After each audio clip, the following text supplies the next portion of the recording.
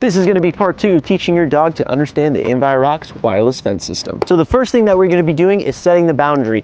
I like to take these sticks, we're going to set up where you do not want the dog to go. For my area, see all this stuff in the background? I do not want her crossing into the rocks. This is a pretty big area that I have to block off.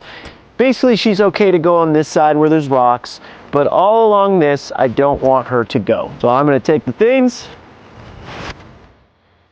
We have the line set up here all along where she is not allowed to cross. Now with teaching your dog how to understand this boundary, I recommend that you have your dog already e-collar trained. And if you do not have an e-collar, I would head over to Invirox and get yourself one. But with having your dog e-collar trained, this process speeds up so much faster. So what I'm gonna do is put the e-collar on her, and then we're gonna attach a leash to her. Preferably to teach this, I would like for you to have a long leash. We have her e-collar right here, and then we have her bottom collar right under it. Let's teach you the boundaries.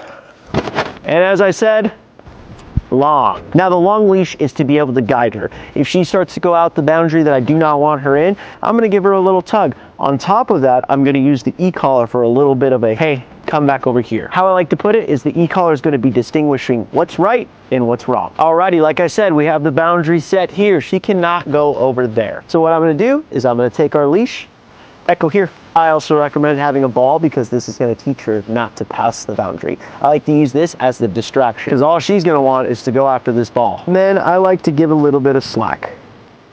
So now I'm going to take my e-collar here, and this can vary. She's very responsive, so I just need to use a vibrate. She's learned with me, a vibrate means, hey, listen to me. But this becomes very black and white for the dog. As soon as she crosses the line, this button, I'm going to start to make it like a little bit of an annoying thing to her. Meaning that when she's on the rocks, it's going to be buzzing her. When she's in the grass, there's going to be no buzzing. So what I'll kind of do is I'm going to walk her down this line, kind of just keep her in the boundaries. I'm going to walk over here. If she decides to go, click, click, boom, it stopped. Again, I'm going to cross over here. Click, click, click, boom. Look at that. So now this is going to be reps, reps, reps till your dog understands that every time they cross where you do not want them to cross, they're gonna feel a little bit of a correction. And that's when we'll transfer from the e-collar that they're wearing into the actual electronic fence. Now, for example, what I was talking about with the ball, I have now the little boundary that's set for her. She kind of understands it, and now I'm gonna bring in the true distractor. I'm gonna give her some slack on this. A lot of multitasking. So now she's really invested in the ball. I'm gonna go tap, tap, boom. But I'm gonna show her that she's okay to cross when I'm with her. I'm gonna go, okay, break. Good. Here. Good girl. Yeah, and I'm gonna give the, good. See, she stopped herself right at the end. She knew that she could not cross that line. So that's where repetition is.